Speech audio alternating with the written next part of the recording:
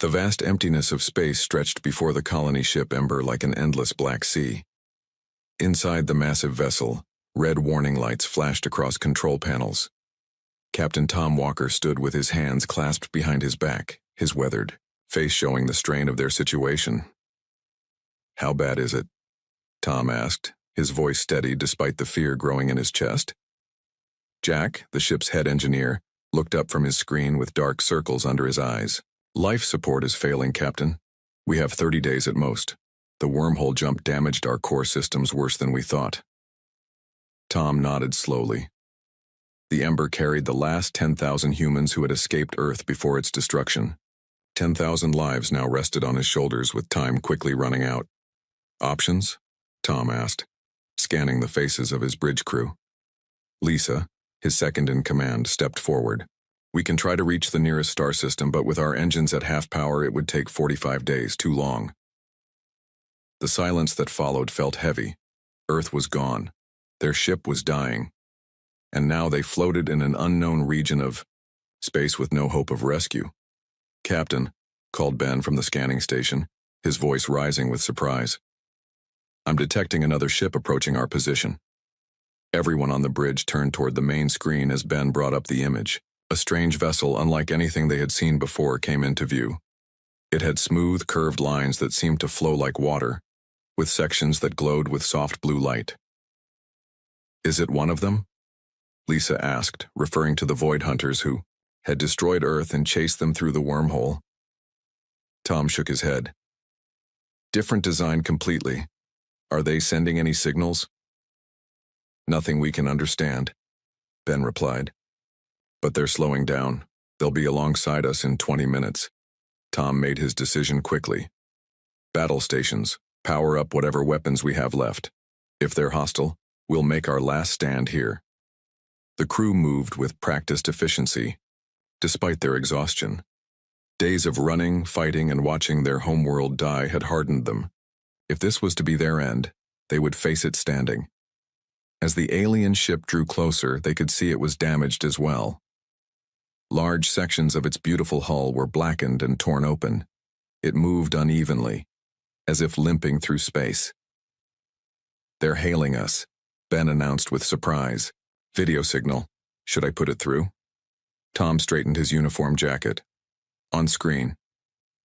The image that appeared showed a creature that looked almost human, but with skin that shimmered like polished metal and eyes that glowed like stars.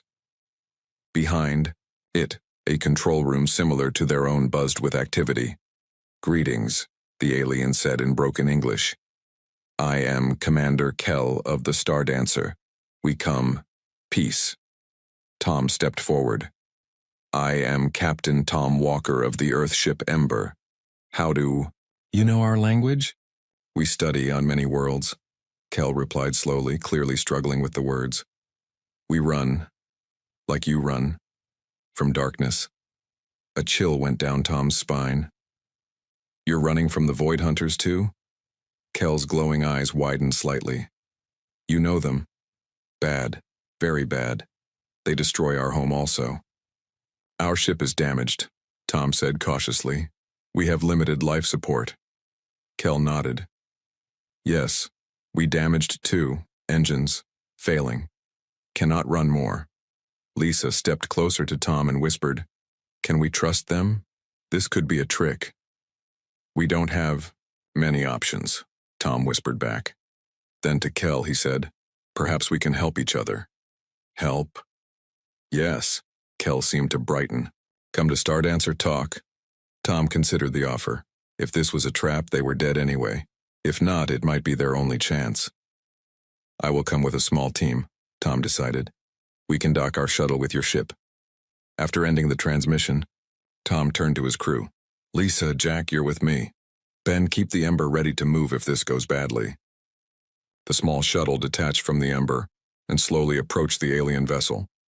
Up close, they could see the true extent of the damage. Large sections were open to space, sealed off by emergency force fields that flickered weakly. "They're in worse shape than we are," Jack noted as they neared a docking port. The shuttle locked into place with a slight shudder. Tom stood before the airlock door, hand resting on his sidearm. Stay alert. When the door opened, they faced 4 of the metallic-skinned aliens. Commander Kell stood at the front, slightly taller than the others. "Welcome," Kell said with a gesture that might have been a bow. "Come. Show." The aliens led them through corridors, where more of their kind worked frantically to repair systems. Some stopped to stare at the humans with curious glowing eyes before returning to their tasks. They reached what appeared to be their engineering section. A massive crystal structure pulsed weakly at its center, surrounded by damaged equipment. Jack's eyes widened. "Their power source, it's nothing like ours." Kell pointed to the crystal. "This, dying. Your ship, different power?" "Yes," Tom confirmed. "We use fusion reactors." One of the other aliens spoke rapidly to Kell in their musical language. Kell turned back to Tom. "My engineer Trill says, maybe combine your power, our drive." Tom looked at Jack questioningly. "It's possible," Jack said slowly, studying the alien technology. "Their drive system looks intact, but they can't power it. We have power, but our engines are shot." Hope, small but bright, began to form in Tom's mind. "You're suggesting we combine our technologies?" "Yes," Kell said simply. "Together or die alone." As they discussed possibilities, a new alarm sounded. One of the aliens rushed into the room speaking urgently. "What's happening?" Tom asked. Kell's expression darkened. "Scanners find ships, coming this way. Void hunters." Tom felt his heart sink. The enemy had found them again. "How long do we have?" he asked. 3 days. Maybe less." Tom and Kell looked at each other, 2 captains from different worlds facing the same threat. In their shared gaze was understanding. They had one chance, and it would take both their crews working together to survive. "Then we have work to do," Tom said, extending his hand in the human gesture of agreement. After a moment's hesitation, Kell reached out and clasped Tom's hand.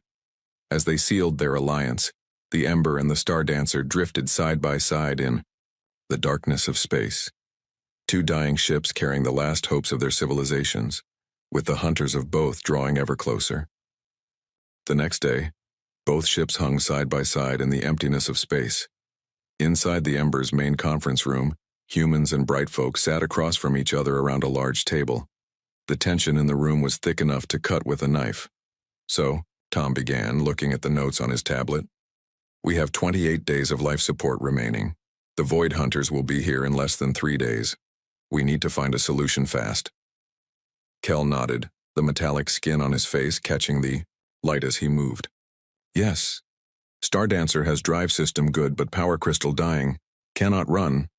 Jack, the human engineer, stood up and displayed a hologram of both ships in the center of the table. "I've been working with Trill," he gestured to the female brightfolk, engineer beside him, "and we think there's a way to combine our technologies." Trill stepped forward. Unlike Kell, her skin had a copper tone that seemed to pulse with her emotions. "Your fusion power," she said carefully in better English than Kell's, "can be connected to our drive system, but not easy. Many problems." Lisa crossed her arms. "Like what?" "Like the fact that our systems weren't built to work together," Jack explained. "We'd need to create all new connections, test them, and make sure they don't blow up in our faces. And we'd need to do it while both ships are falling apart around us." "How long would this take?" Tom asked. Jack and Trill exchanged glances. 4 days, they said simultaneously. The room fell silent. 4 days was too long. "Then we need to work faster," Tom said firmly, "or find another solution." One of the bright folk, officers who had been quiet until now, spoke up. His name was Dorn, and he served as Kell's second in command. "Why help humans? We save our people only. Take your power systems." Several humans tensed, hands moving toward weapons. "No," Kell said sharply to Dorn. "Not our way. We help each other or die together." Dorn's glowing eyes narrowed, but he fell silent. "We need to form teams," Tom suggested. "Mixed teams, humans and bright folk working together on different aspects of the problem." Some of my people will not like this, Kel admitted. Neither will some of mine, Tom replied. But we don't have a choice. By the end of the meeting, they had formed 5 teams, each with a specific task. Jack and Trill would lead the main engineering team. Lisa would work with Dorn on defense preparations. Other teams would handle life support integration, navigation, and crew logistics. As the meeting broke up, Alex Reed, a young engineer from the Ember, approached Jack. "Sir, I'd like to join your team." Jack looked surprised. "I thought you were working on the emergency systems." "I was," Alex said. "But I've been studying the Bright Folks' technology since they arrived. I think I can help." Jack considered this. "All right. Report to Docking Bay 3 in an hour. We'll be shuttling over to the Stardancer to begin work." Later, aboard the Stardancer, Alex stared in wonder at the alien technology surrounding him.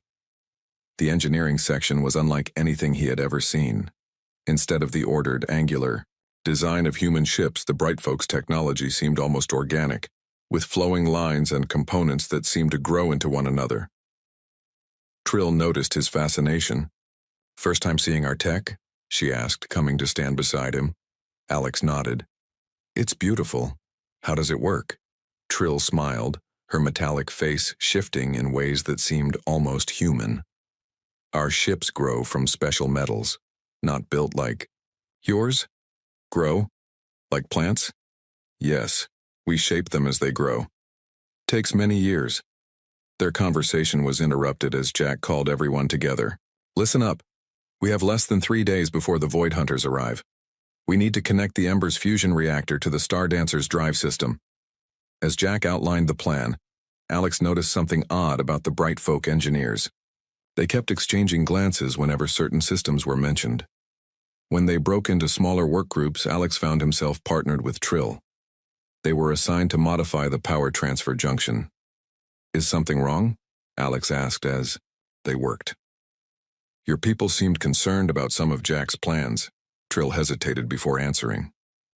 "There are things we not tell your people about our ship." Alex's hand stilled on his tools. "What things?" Trill looked around to make sure no one was listening. "Stardancer, not just ship, is alive in way. The crystal at core is mind." Alex stared at her. "You mean your ship is sentient?" "Yes. Not like you or me. Different, but feels pain when damaged. Feels fear. Does Captain Walker know this?" "No. Commander Kell afraid your people not understand. Think we strange? Too different." Alex considered this new information. "Does this change our plans to connect the power systems?" "Yes. Cannot just connect like machines. Must ask permission of ship, form bond. How do we do that?" Trill touched her hand to her chest. "With this, ship responds to our energy. Our soul, you might say." Alex was about to ask another question when alarms began blaring throughout both vessels. Jack rushed over. "They've found us. Long-range sensors just picked them up. The Void Hunters are coming faster than we thought." "How long?" Alex asked, feeling his heart race. 20 hours, maybe less." Trill's glowing eyes widened with fear. "Not enough time," as panic began to spread through both crews. A new problem emerged. Equipment began disappearing from the work sites. Food rations vanished from storage. It became clear that someone, or several someones, was sabotaging their efforts. Tensions between the two crews reached a breaking point when a human technician was found unconscious near a damaged power relay. The Bright Folk were immediately blamed. In the command center, Tom and Kell struggled to maintain order as their crews turned against each other. "We should separate the teams," Lisa suggested. "Keep working, but keep the crews apart." "That will only slow us down more," Jack argued. "We need trust to make this work." As they debated, Alex pulled Trill aside. "We need to tell them about the ship being alive. It might help them understand." Trill shook her head. "Commander Kell forbid it. People are getting hurt," Alex insisted. "We're running out of time." Before they could decide, the lights throughout both ships flickered and died. Emergency lighting came on moments later, bathing everything in an eerie red glow. Jack's voice came over the comms. Main power junction has been sabotaged. We've lost half our remaining time. We now have less than 10 hours before life support fails completely. In the darkness and chaos, Alex realized they had a traitor in their midst. And with the Void Hunters approaching, time was running out for both humans and bright folk. Red emergency lights cast long shadows through both ships as crew members rushed to their stations. On the bridge of the Ember, Tom stared at the tactical display with growing dread. 5 Void Hunter vessels approached their position, black shapes, against the stars that seemed to swallow light itself. "They'll be in weapons range in 8 hours, Lisa reported, her face grim in the dim light. "And that's if they maintain current speed." Tom nodded, his mind racing. "Status of the repairs?" "Jack reports they're making progress, but the sabotage set them back. Life support on both ships is failing faster than expected." The door to the bridge slid open, and Alex rushed in, followed by Trill. Both looked exhausted, with dark stains on their clothes from working in damaged sections of the ships. "Captain, we need to talk," Alex said urgently. "There's something you need to know about the Star Dancer." Tom raised an eyebrow. "I'm a little busy right now, Alex." "Sir, the ship is alive. The crystal core isn't just a power source, it's sentient." The bridge fell silent as everyone turned to stare at Alex and Trill. "Is this true?" Tom asked, looking at Trill. The Brightfolk engineer nodded slowly. "Yes. Our ships are grown, not built. They have awareness, not like you or me, but they feel, they think." "And Kell didn't think this was worth mentioning?" Lisa asked sharply. "My commander feared you would not understand," Trill replied, "that you would think us too strange to trust." Tom ran a hand through his hair. "Well, that explains a few things. Like why our power linkage keeps failing." "The Star Dancer is afraid," Trill explained. "It senses danger from your technology." "Great," Lisa muttered. "Now we have to convince a ship to let us save it." The communication panel chimed. "Captain Walker," Kell's voice came through. "Please come to Star Dancer. We find something." When Tom, Lisa, Alex, and Trill arrived at the Star Dancer's security center, they found Kell and Dorn standing over a human crew member who was being restrained by 2 Brightfolk security officers. "What's going on here?" Tom demanded. Kell's face was hard. "We catch him sabotaging power systems, he confess already. The man," Tom recognized him as Mark, one of the newer additions to the Ember's crew, looked up with hatred in his eyes. "You're all going to die anyway," Mark spat. "The Hunters cannot be stopped. They are the future." A cold feeling settled in Tom's stomach. "You're working for them." "I was chosen," Mark said, a fanatic gleam in his eyes. "They found me on Earth before the end. Showed me the truth. Humanity is weak. The Brightfolk are abominations. Only the Void will remain." Dorn stepped forward, his posture menacing. "We should space him." "No," Tom said firmly. "We're not executioners.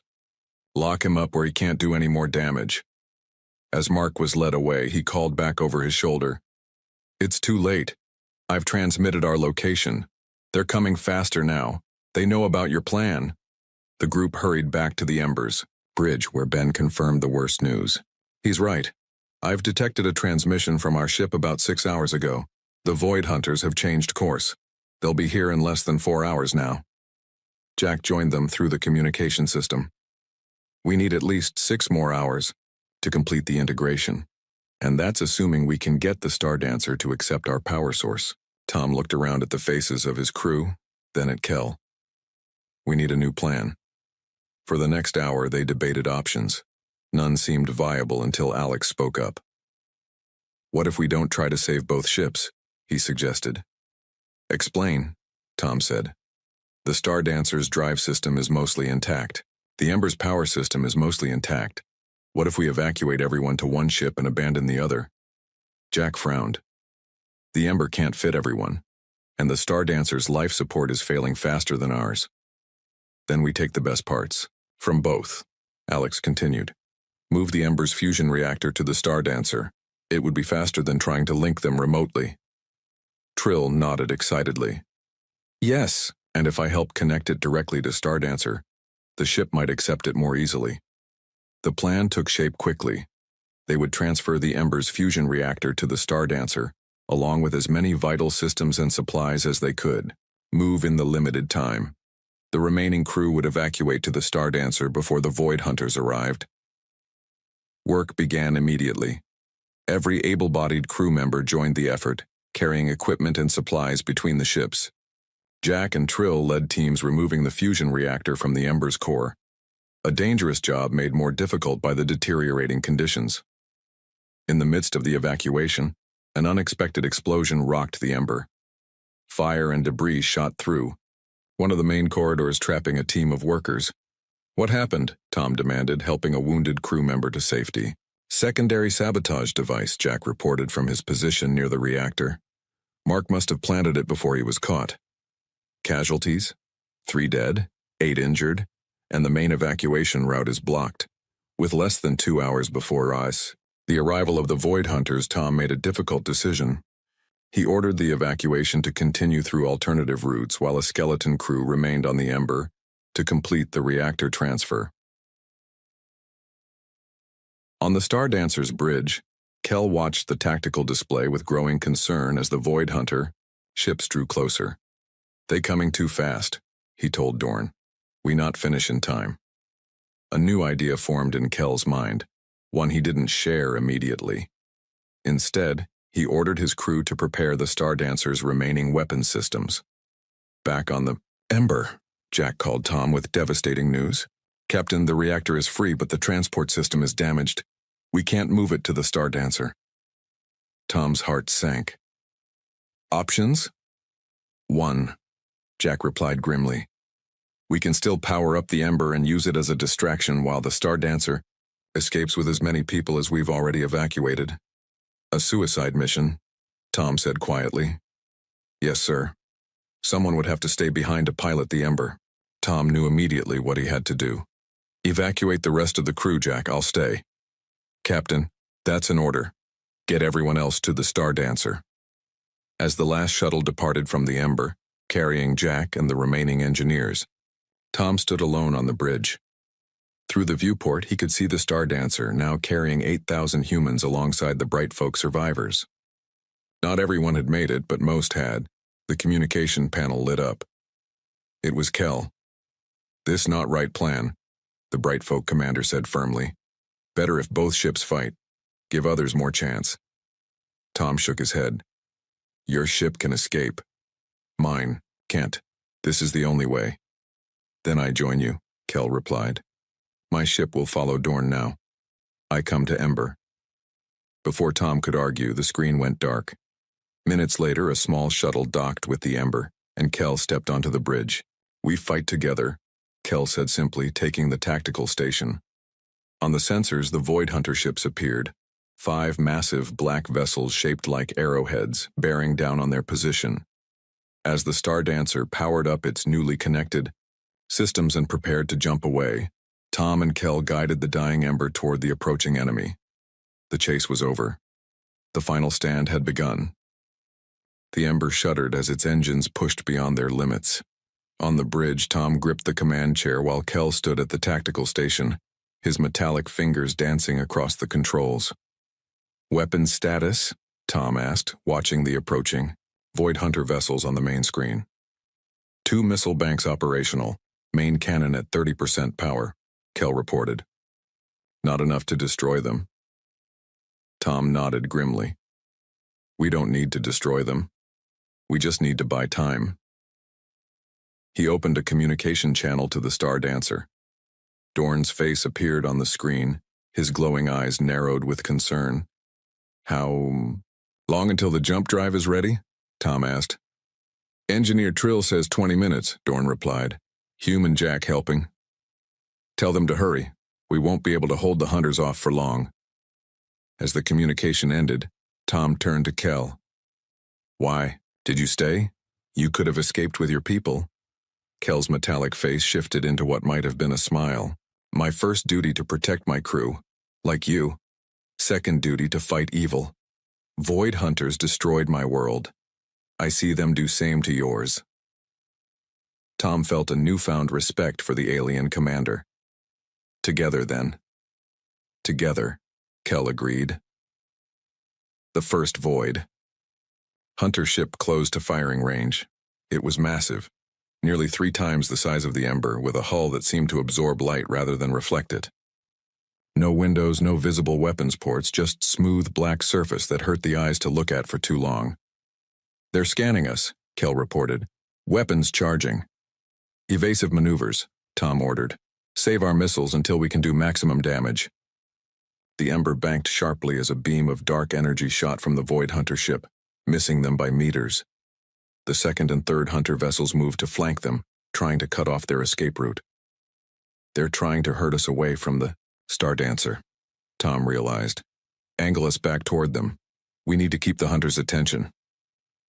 Kel adjusted their course, bringing them into a dangerous position between 2 Hunter ships. The Ember's engines whined in protest as they pushed the damaged ship into a tight turn. A sudden explosion rocked the ship as one of the Hunter's weapons caught their port side. Damage report, Tom shouted over the blaring alarms. Hull breach on decks 3 through 5, Kel reported. Emergency fields holding. Return fire, target the lead ship. The Ember's remaining weapons sprang to life, launching a volley of missiles at the closest Hunter vessel. They impacted against its dark hull, most exploding harmlessly against some kind of energy shield. But one found a weakness, tearing a small hole that quickly sealed itself. Their hulls. Self-repair, Kel observed with dismay. Tom's mind raced. If they couldn't damage the ships enough to destroy them, perhaps they could still slow them down. The reactor, he said suddenly. If we overload it near their ships, the explosion might disable them temporarily. Kel looked at him with understanding. A final strike. Yes, but first we need to get to the evacuation pod. Tom tapped the ship's schematic on his console. There's one left in the secondary bay. It's small, but it might get us to the Stardancer, if we time it right. As they prepared to enact their desperate plan, a communication came through from the Stardancer. It was Alex. Captain, we've discovered something about the traitor, he said urgently. Mark wasn't working alone. The logs show communication between him and someone on the Stardancer. Tom and Kel exchanged alarmed looks. Who? Tom demanded. Before Alex could answer, the transmission cut off as another hit rocked the Ember. We need to warn them, Tom said, trying to re-establish communication. The saboteur might try to stop the jump drive from activating. The sensors beeped with a new alert. 2 of the Void Hunter ships had broken off their attack on the Ember, and were now heading toward the Stardancer. No time for warning, Kel said grimly. Must act now. They set the Ember's autopilot to carry the ship directly into the midst of the 3 remaining Hunter vessels. Then they programmed the reactor to overload 30 seconds after impact. As they raced toward the evacuation pod, another violent explosion threw them against the corridor wall. Emergency bulkheads began closing throughout the ship as sections lost pressure. We're losing her faster than I thought, Tom said as they picked themselves up and continued running. They reached the pod bay just as the ship's computer announced, Warning, critical reactor failure imminent.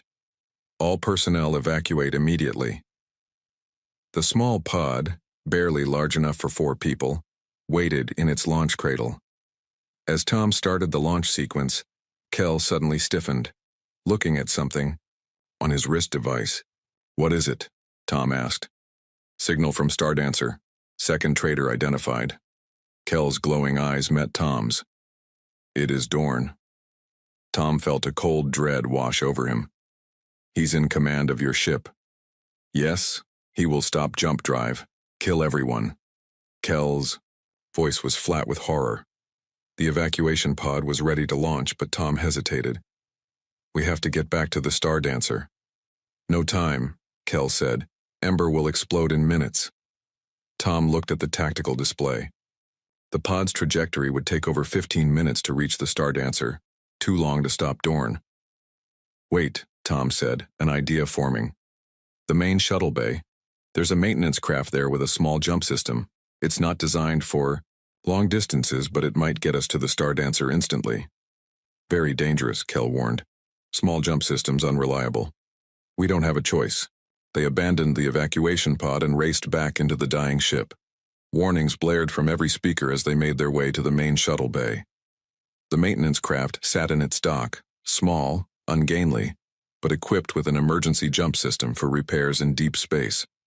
They climbed aboard and Tom quickly powered up the systems while Kel programmed the coordinates for the Stardancer.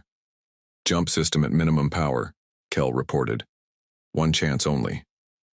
Behind them, through the bay doors, they could see the void. Hunter ships closing in, sensing their prey was wounded. Now or never, Tom said, activating the jump sequence. The small craft shuddered as energy built around it. The jump system was never designed for this, jumping with incomplete coordinates from inside another ship with minimal power. The world around them seemed to stretch and twist. Tom felt a pressure in his head like it was about to explode. Beside him, Kel made a sound that might have been a scream. Then suddenly they were elsewhere, materializing in the middle of the Stardancer's main hangar bay, in a flash of light and energy that threw everyone nearby to the ground. The maintenance craft systems were fried, smoke pouring from every panel. Tom and Kel stumbled out, disoriented but alive. "Where's Dorn?" Kel demanded of the stunned Brightfolk workers around them. "Command center," one replied. "He locked everyone out." Together, Tom and Kel raced through the Stardancer's corridors. Behind them, through the viewports, they saw a massive flash of light as the Ember exploded, engulfing the Void Hunter ships in a ball of plasma and radiation. The sacrifice of the Ember had given them time, but if they couldn't stop Dorn, it would all be for nothing. They reached the command center doors to find them sealed shut. Jack and Trill were already there, trying to override the locks. "He's disabled the jump drive controls," Jack explained urgently, "and he's transmitting our position to the remaining Hunter ships." Kel placed his hand against a panel beside the door. He spoke to the ship directly, in the musical language of the Brightfolk. The metal beneath his fingers seemed to pulse with light. "What are you doing?" Tom asked. "Asking ship for help," Kel replied, reminding it we are friends. For a moment, nothing happened. Then slowly, the doors began to open. Inside, Dorn stood at the main console, his back to them. He turned as they entered, a strange smile on his metallic face. "Too late," he said. "The void is coming, as it was always meant to." Tom, Kel, Jack, and Trill froze as they faced Dorn in the command center. Behind him, the main screen showed the two remaining Void Hunter ships changing course, heading straight for the Stardancer. "Why?" Kel asked, his voice heavy with betrayal. "Why join them?" Dorn's metallic face twisted into a sneer. "You call it the Void, but they showed me the truth. They are not destroyers. They are transformers. They offer something greater than our weak existence." "They destroyed our worlds," Tom said, stepping forward cautiously. "Killed billions." "Necessary sacrifice," Dorn replied. "The weak must fall for the strong to rise." As he spoke, Dorn's skin began to change, darkening to the same light-absorbing black as the Void Hunter ships. The transformation spread across his body like a disease. "The Hunter ships that attacked the Ember were damaged in the explosion," Jack reported, checking a nearby console. "But the other two will be in firing range in 10 minutes. Kel moved forward, addressing his former friend. "Dorn, stop this. Remember who you are." "I remember clearly," Dorn said. "I remember watching our leaders beg for mercy as the void came. I remember how pathetic we looked. I chose to join the worthy instead of dying with the weak." While they kept Dorn distracted, Trill slipped along the wall toward the engineering controls. She needed to reactivate the jump drive before the Hunter ships arrived. Dorn noticed her movement too late. "Stop her," he shouted, but to whom, they didn't know. Tom lunged forward, tackling Dorn to the ground. They struggled as Kel rushed to help Tom. Jack joined Trill at the engineering console, working frantically to restore the jump systems. "The ship won't respond," Trill cried in frustration. "Dorn has locked us out completely," Kel called out from where he and Tom were restraining Dorn. "Speak to ship, tell it truth." Trill placed her hands on the console and closed her eyes. She began singing in the musical language of the Brightfolk, a haunting melody that seemed to resonate through the metal of the ship itself. The lights in the command center flickered as Dorn broke free from Tom's grip. He pulled a strange black device from his pocket, a weapon unlike anything they had seen before. But before he could use it, the floor beneath him suddenly shifted, wrapping around his legs like living metal. The ship was responding to Trill's plea. "Impossible," Dorn gasped as the metal continued to encase him. "The ship cannot override my commands. I am its master." "No," Kel said, standing tall. "You forgot most important lesson. Ship is not tool. Ship is friend." With Dorn contained, they turned their attention to the approaching hunter vessels. Jack and Trill worked to reactivate the jump drive while Tom and Kel prepared the ship's defenses.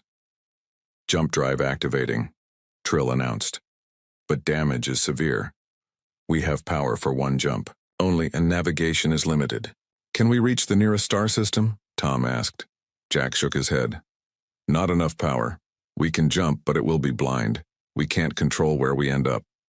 "Better than staying here," Tom decided. "How long until we can jump?" 2 minutes, Trill replied. "But the hunter ships will be in weapons range in less than 1. Kel moved to the weapons station. "We fight until jump ready." The Star Dancer trembled as its remaining weapons powered up. Against the mighty hunter vessels, they would barely make a dent, but they had to try.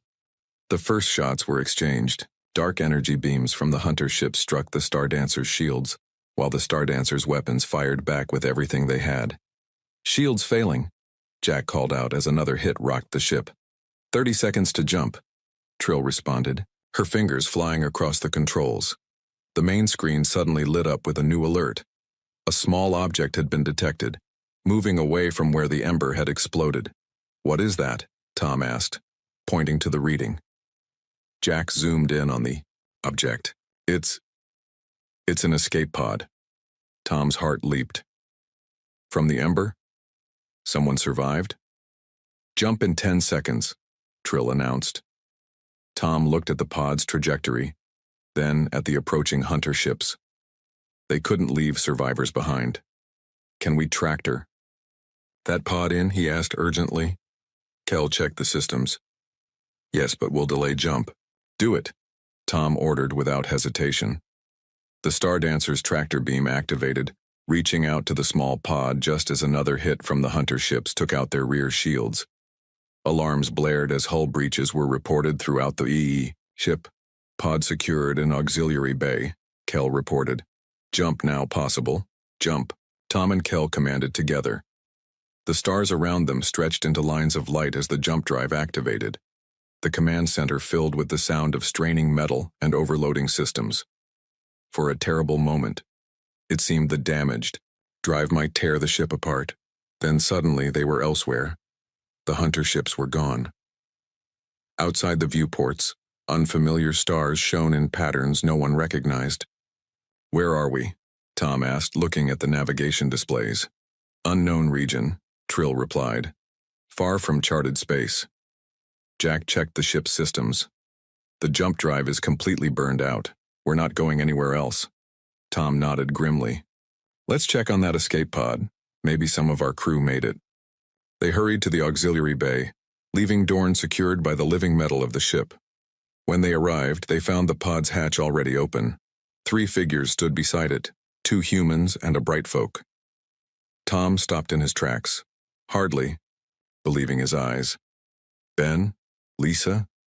His second-in-command smiled wearily. "We managed to get to the last pod before the ember exploded. Thought we were goners until we saw the Star Dancer." The bright folk beside them stepped forward. It was the engineer, who had worked with Trill on the power transfer. "We saw what Dorn was doing," he explained. "Tried to warn you." For the first time in days, Tom felt a spark of genuine hope. They had survived against impossible odds. The Void Hunters were far behind them, at least for now. Over the next few, weeks, the combined crews of humans and bright folk worked together to repair the Star Dancer. Without the jump drive, they couldn't return to known space, but their sensors had detected a habitable planet in this new system. Standing on the observation deck with Kel, Tom watched as the green-blue world grew larger in the viewport. Tomorrow, The first survey teams would go down to explore what might become their new home. "It's beautiful," Kel said softly. "Like both our worlds once were." Tom nodded. "A second chance. For both our peoples," Kel agreed. Together. As they prepared for landing, word reached them from other ships. 3 vessels of different designs that had entered the system. Like them, these ships carried survivors from worlds destroyed by the Void Hunters. Like them, they had fought, and fled and somehow found this distant haven. 6 months later, the first city rose on the shores of a vast ocean. Built with technology from 4 different species, it stood as a testament to cooperation and survival. In the center of the city square, parts from the Ember and the Stardancer's original crystal were formed into a memorial. A reminder of what they had lost and what they had gained. And in orbit above the planet, a new fleet took shape. Ships, built with combined knowledge and technology, designed to defend their new home, for they knew that one day the Void would find them again. But next time, they would be ready.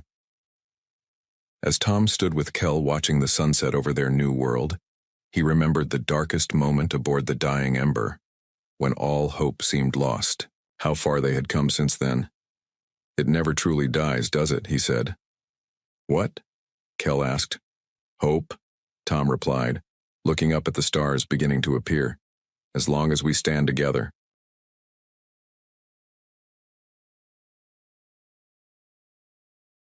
Captain Jack Miller stood at attention before the massive curved table where the Galactic Council members sat. The room was cold, and the air felt heavy. 20 different alien species looked down at him from their raised seats. Some had scales, others had fur, and a few glowed with inner light. Jack tried to keep his face calm, but his heart beat fast. "Captain Miller of Earth," said the head counselor, a tall, thin being with gray skin. "The Galactic Council has reached a decision that concerns your species." Jack nodded. "I'm honored to represent humanity, Counselor." The head counselor's 6 fingers tapped on the table. "There is no easy way to say this. As of today, all humans are banned from taking part in any galactic wars or military actions." Jack blinked twice, sure he had heard wrong. "Banned, sir?" "Yes. Banned. This is not a request. It is an order." A murmur ran through the council chamber. Jack noticed several representatives nodding with clear relief on their faces. Others looked away as if embarrassed. "With all respect," Jack said, trying to keep his voice steady, "humans have only fought in 2 galactic wars. We joined the alliance against the Red Star Empire, and we helped stop the beetle swarms. We did our part, just like everyone else." The head counselor raised a hand. "Your understanding of events is limited, Captain." "Then help me understand," Jack said, his voice getting louder. "What did we do wrong? We followed all the rules of war. We never used banned weapons. We treated prisoners well." A blue-skinned council member leaned forward. "It is not what you did wrong, human, it is what you are." Jack's face grew hot. "And what exactly are we?" The head counselor stood up. "This decision is final. Earth forces will return to your solar system within 30 days. You may keep your defense fleet, but no human ships will join Alliance battles again." "For how long?" Jack asked. "Forever," said the head counselor. Jack looked around the room, searching for any friendly face. "We have a right to know why." The head counselor's voice turned cold. "For the safety of all civilizations, including your own. This meeting is over." Guards appeared at Jack's sides, not rough, but clearly there to escort him out. As he turned to leave, a small council member with bright orange eyes spoke up. "The human deserves to know." The room went quiet. The head counselor shook his head. "The decision was made. He fought beside my people at the Battle of Proxima Centauri," the orange-eyed alien said. "Many of my kind are still in healing chambers because of it. Not from enemy fire, but from fighting alongside them." Jack turned back. "What does that mean?" "We protected your ships." The orange-eyed council member looked sad. "Yes, and that is part of the problem." The guards moved Jack toward the door. His last view of the council was of beings whispering to each other, some looking afraid, others looking relieved. The doors closed behind him with a heavy sound that felt like the end of something important. 3 hours later, Jack sat in his quarters on the transport ship heading back to Earth. His message to Earth Command had been short. Council meeting ended badly. Humans banned from galactic conflicts. No clear reason given. Will report in full upon return. His door chimed. Enter, Jack called. The door slid open to reveal Tom, a blue-skinned Norvian who had fought beside Jack in 2 campaigns. Despite looking like a tall blue human with slightly larger eyes, Tom's species was from a planet 3,000 light-years from Earth. I heard the news, Tom said, stepping inside. The door closed behind him. Jack waved him to a seat. Have you come to explain what I apparently can't understand? Tom sat down carefully. The Council is afraid, Jack. Of what? Humans have less advanced ships than half the Alliance. We're still new to space compared to most of you. It's not your ships. Tom's large eyes looked troubled. It's what happens when humans fight. Jack laughed without humor. We fight like everyone else. We try to win without losing too many people. Tom shook his head slowly. No, you don't fight like everyone else. That's the point. Jack stood up and paced the small room. We've been in space for less than a century. We've fought in only 2 wars. How could we be so different? Remember the Battle of Proxima Centauri? Tom asked. Of course. Your ships were surrounded. We broke through the enemy line to help you. And do you remember what happened to my squad after fighting next to your teams for 6 hours? Jack stopped pacing. Some of your people got sick. We thought it was a virus. It wasn't a virus. Tom's voice was quiet. It was you. All of you. That makes no sense. Tom stood up and moved to the door. I shouldn't be here, but you saved my life twice, so I owed you some kind of explanation.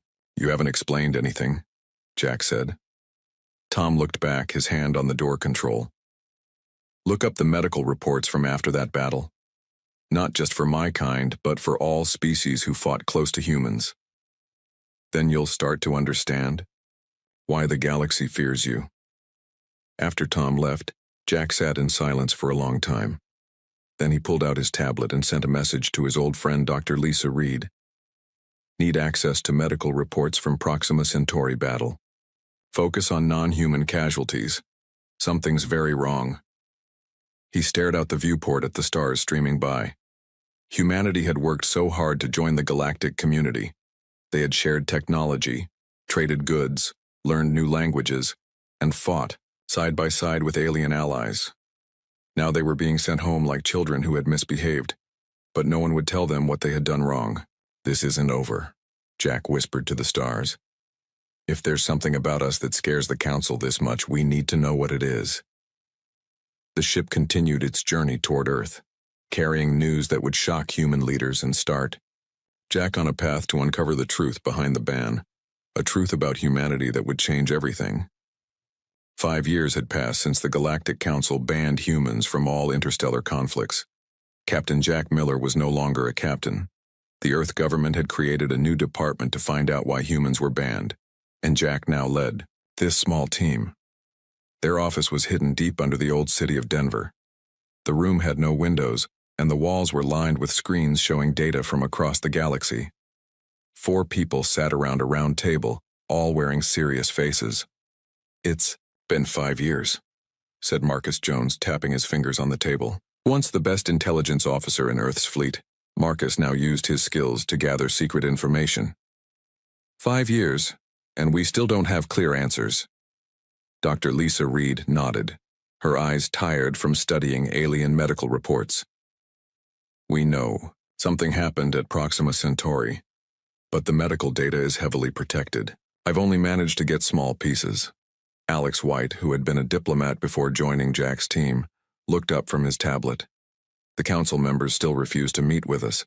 Even our old allies avoid talking about the ban. Jack stood up and walked to the main screen. Today, that changes. Marcus has found something. Marcus smiled and pressed a button on his wrist device. The main screen lit up with a video. This is from the Battle of Proxima Centauri. It took me 3 years to find this footage.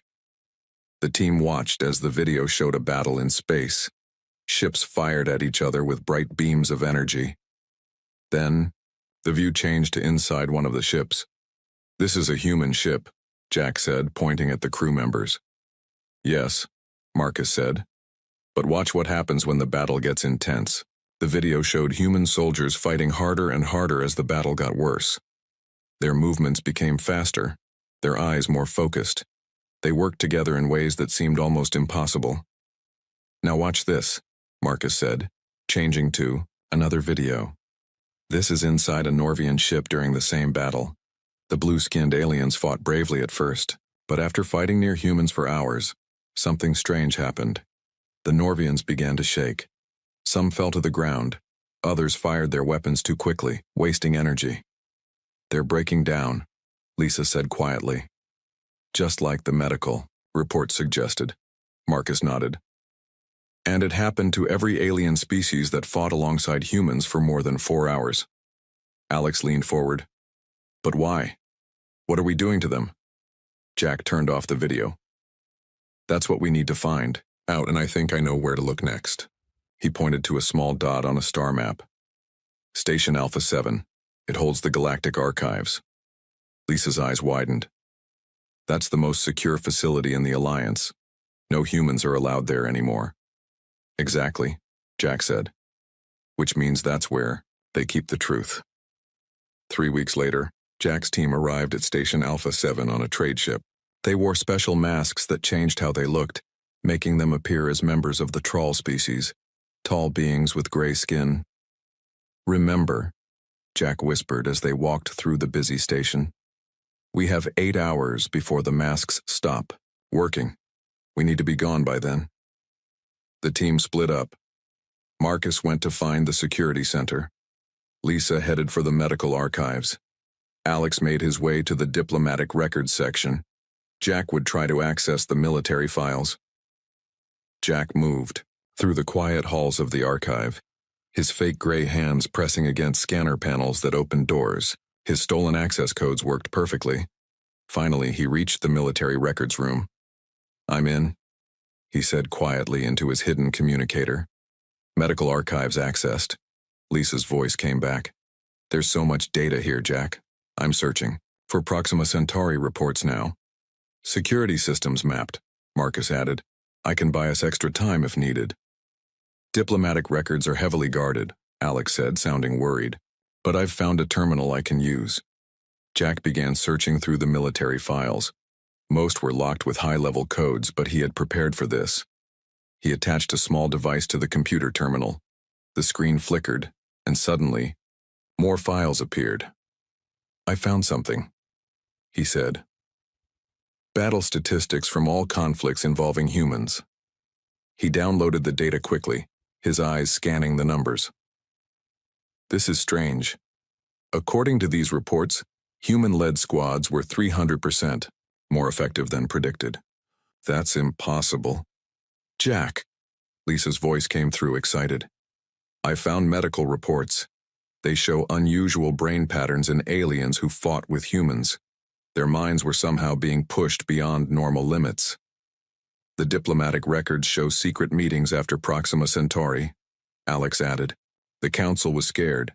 They called it the human factor and classified everything about it." "The human factor?" Jack repeated. "Can you copy those files?" "Working on it," Alex said. Then his voice changed. "Someone's coming. I think they've..." A loud alarm started blaring throughout the station.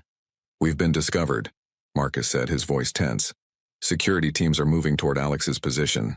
"Alex, get out of there," Jack ordered, disconnecting his device from the terminal. "Too late," Alex replied. "But I got the files. Sending them to your devices now. Get to the ship."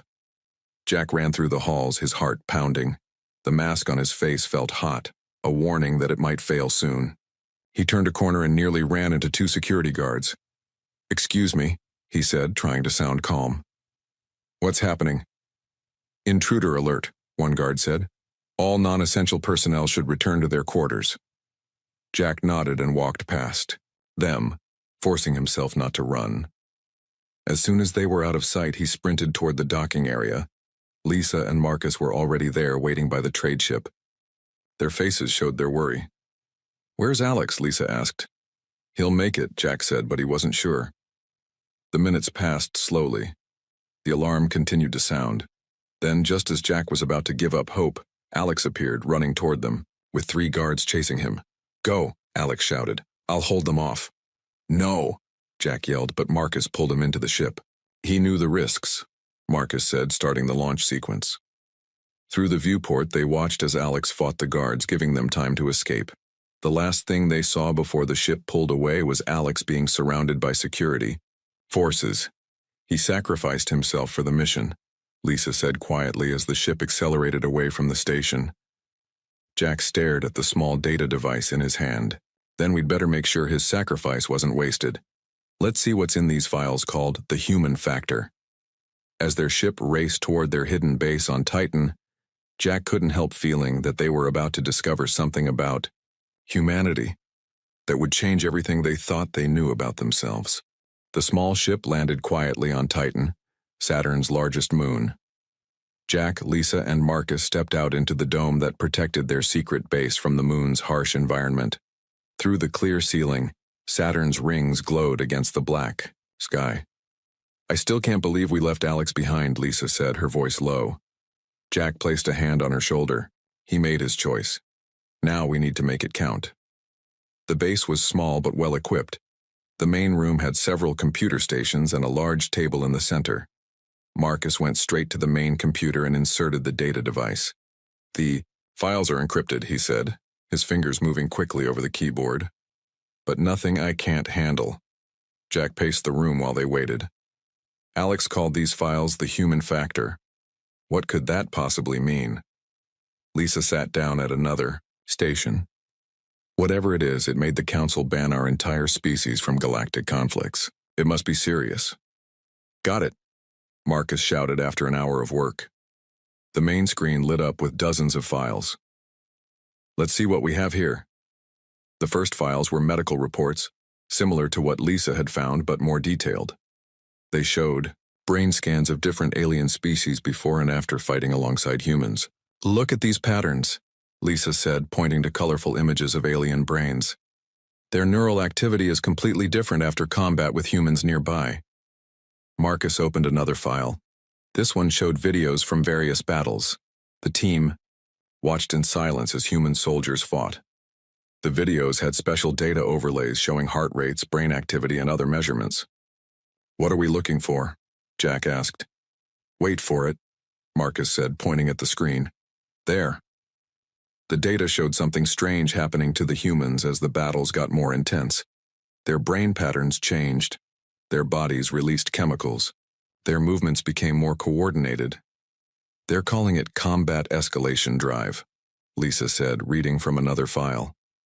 "Apparently it's unique to humans." Jack frowned. "Combat escalation drive? What does that mean?" Lisa opened more medical files and studied them. According to these reports, when most alien species fight, they reach a certain level of intensity and then plateau. Their bodies have natural limits that prevent them from pushing too hard. "But humans don't have these limits?" Jack asked. "No," Lisa said, her voice filled with wonder. "Humans keep escalating. The longer and harder the fight, the more intense we become. We enter what they're calling the zone, a mental state that other species physically cannot achieve." Marcus pulled up comparison charts. "Look at these statistics. In every battle, human performance increased the longer the fighting continued. All other species either maintained their level or decreased due to fatigue." Jack sat down heavily, in a chair. "So we keep getting better as the fight goes on. Is that really so scary?" Lisa's face had gone pale as she read more files. "Jack, it's not just about us. When we fight alongside other species, we somehow push them past their natural limits too." "We make them better fighters?" Jack asked. "We break them," Lisa said, quietly. "Their minds aren't built to handle our level of combat intensity. That's why the Norvians at Proxima Centauri collapsed. Fighting near humans forced their minds into patterns they couldn't sustain. Marcus opened another file. This one showed footage of an enemy ship surrendering to a human vessel, even though the enemy still had superior numbers and firepower. It wasn't just our allies, Marcus said. Enemy forces would rather surrender than face humans in extended combat. We scared them that badly. Jack remembered the orange-eyed council members' words. Many of my kind are still in healing chambers, because of it. Not from enemy fire, but from fighting alongside them. Now it makes sense, Jack said. The council didn't ban us because we were bad at fighting. They banned us because we were too good in a way that hurt everyone else. Lisa nodded. For thousands of years, the galaxy has had a certain way of fighting wars. Limited conflicts, with clear rules. Species reach their maximum fighting ability, then the side with better technology or numbers usually wins. But humans break that pattern, Marcus added. We keep escalating until we win or die trying, and we pull others along with us, damaging them in the process. Jack stood up and walked to a viewport looking out at the stars. So the galaxy had nice, controlled wars until humans showed up and fought like humans. Exactly, Lisa said. The files show the Council was terrified after Proxima Centauri. Some members wanted to quarantine Earth completely. Marcus opened the final file, which contained minutes from a secret Council meeting. Listen to this. The human combat escalation ability disrupts the balance of conflict that is maintained. Galactic peace for millennia. If left unchecked, all future wars involving humans will result in total victory or total defeat, with unacceptable casualties on all sides. The room fell silent as the team processed what they had learned. They're afraid of us, Jack finally said. Not because we're evil, but because we fight differently than anyone else in the galaxy. And because we change how others fight when they're around us, Lisa added. We're like a combat infection, spreading our intensity to allies and enemies alike. Marcus shut down the files. So what do we do with this information? Go public?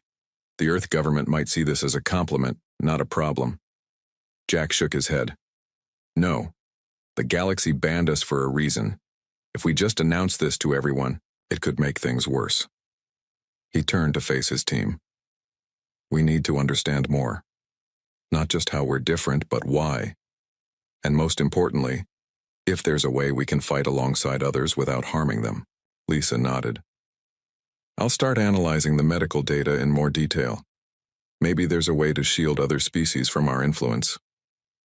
And I'll keep digging, Marcus said. There might be more files we haven't found yet. Jack looked back at the stars. Something about this still bothered him. Humans had fought wars among themselves for thousands of years. They had always been intense, escalating fighters. It was part of who they were. Could they really change that? Should they? Before he could share these thoughts, an alarm sounded. Marcus rushed to the computer. Emergency broadcast from Earth, he said, his voice tense. Something's attacking systems on the edge of Alliance space. Something big. The screen showed distant images of entire planets being consumed by a dark cloud. It's called the Void Swarm. Marcus read from the report. And Alliance forces are failing to stop it. Jack looked at his team. This changes everything.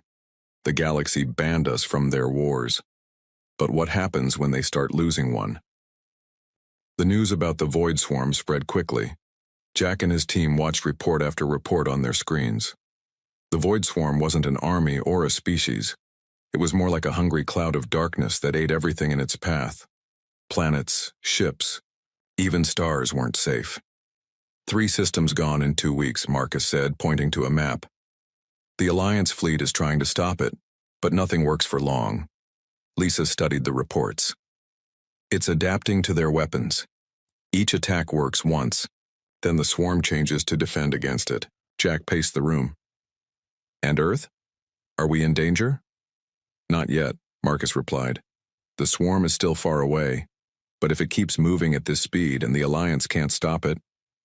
Jack didn't need him to finish the sentence. They all knew what it meant. We need to contact Earth Command, Jack said. They need to know what we've learned about the human combat factor. It might be important now, 2 days later, Jack stood before the Earth Defense Council in a secure room deep under the old United Nations building in New York.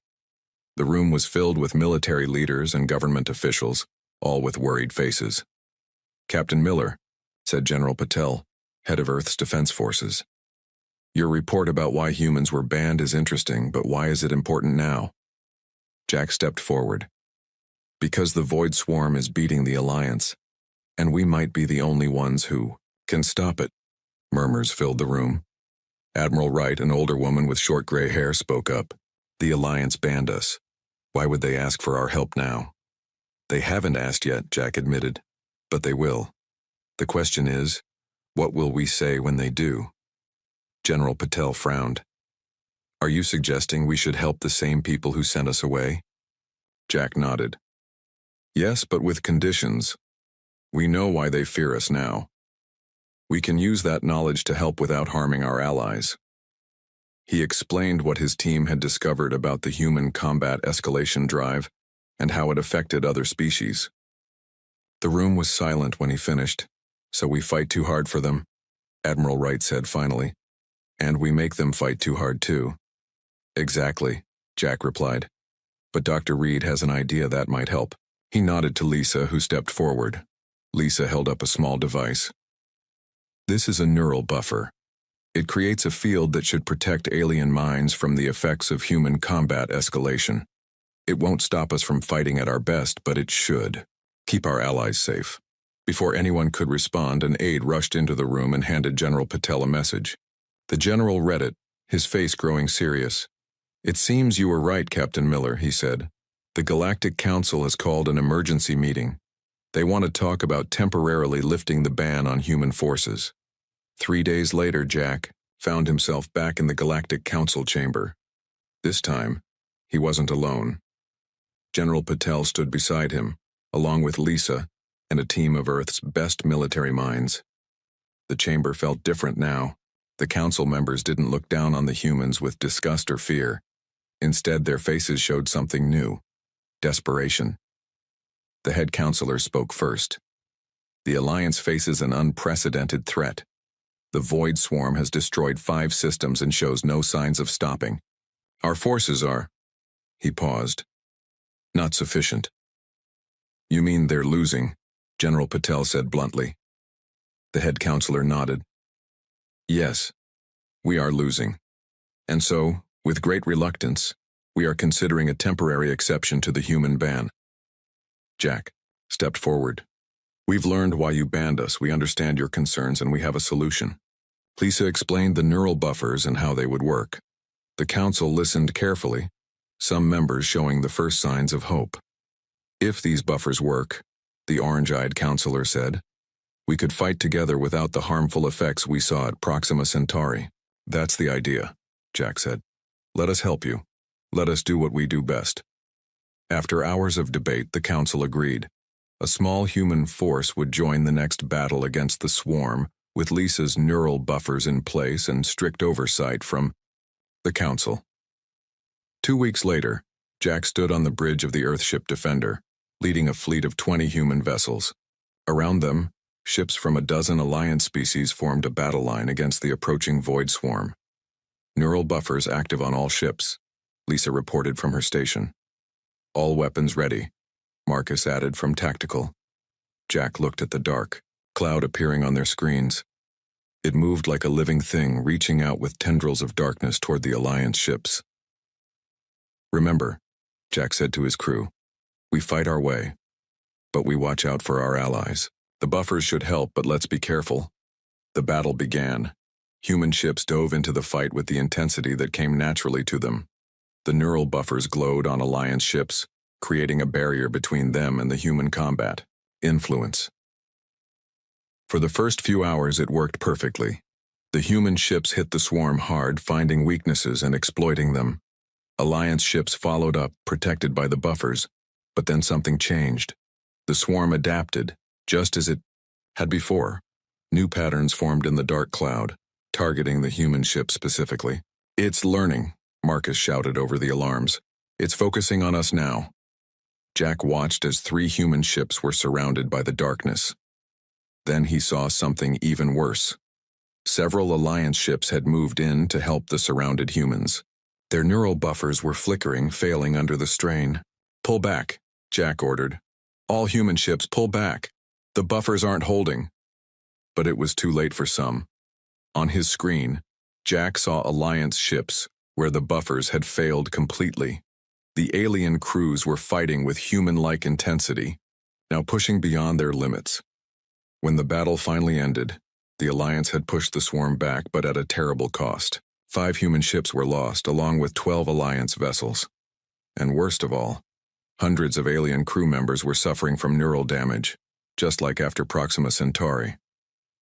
In the medical bay of the Defender, Jack watched as Lisa checked on injured Alliance soldiers who had been rescued. "The buffers weren't strong enough," she said sadly. "When the swarm adapted its attack, the stress was too much." Jack nodded. "And now we're back where we started. The Alliance won a battle but lost too many people. And once again, it's because of us." Marcus entered the medical bay, his face grim. "The swarm has changed direction. It's regrouping, getting stronger. The Alliance fleet is falling back to regroup too." Jack looked at the injured aliens in the medical bay, then at his own tired crew. The swarm was learning, adapting, and the one advantage humans had, their unique way of fighting, couldn't be used without hurting their allies. "We need a new plan," Jack said quietly.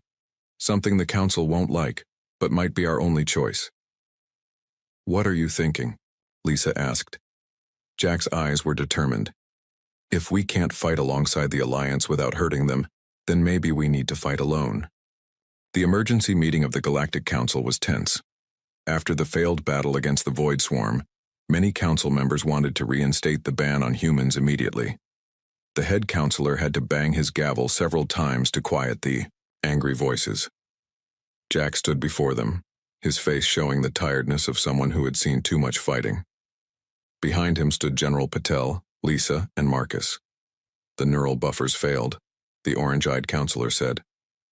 "Once again, alien crews suffered because of human influence." "We understand that," Jack said, "and that's why we're proposing something different." General Patel stepped forward. "We suggest creating an all-human force to engage the swarm directly. No mixed crews, no Alliance ships nearby. Just humans fighting the way humans fight best." The room erupted with voices.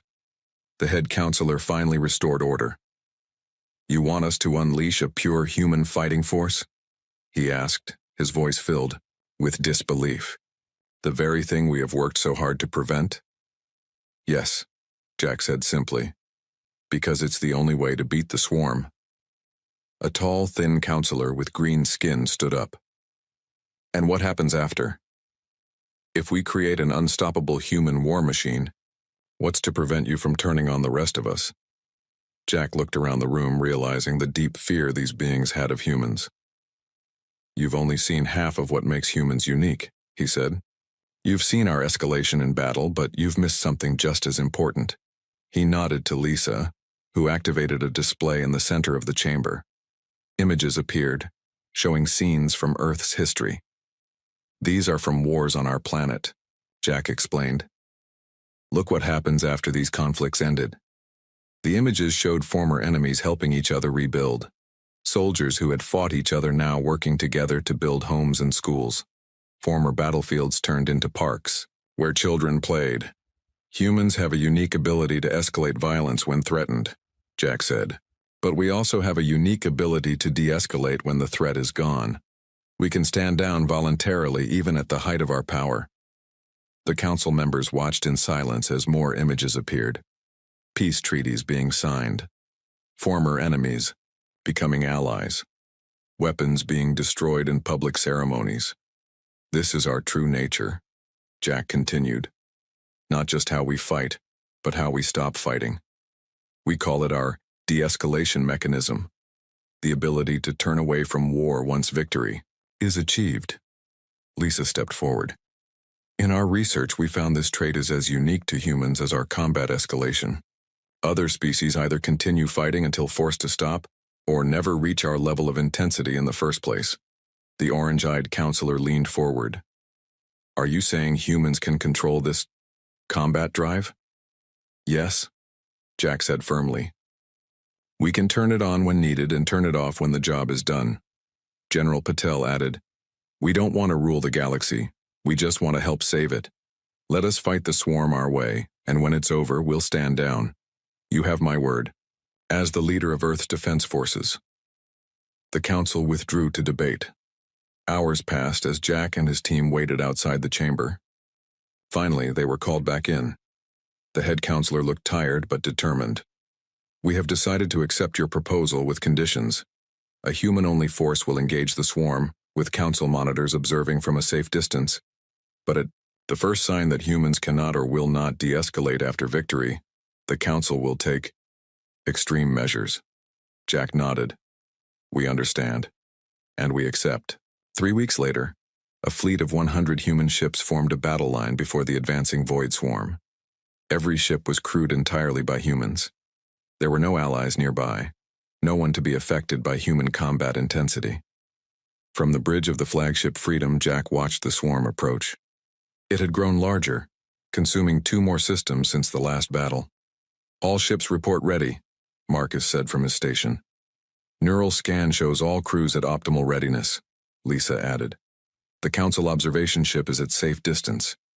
Jack took a deep breath. This is it. Let's show them what humans can really do. All ships engage at will. The battle that followed would become legendary in the history of the galaxy.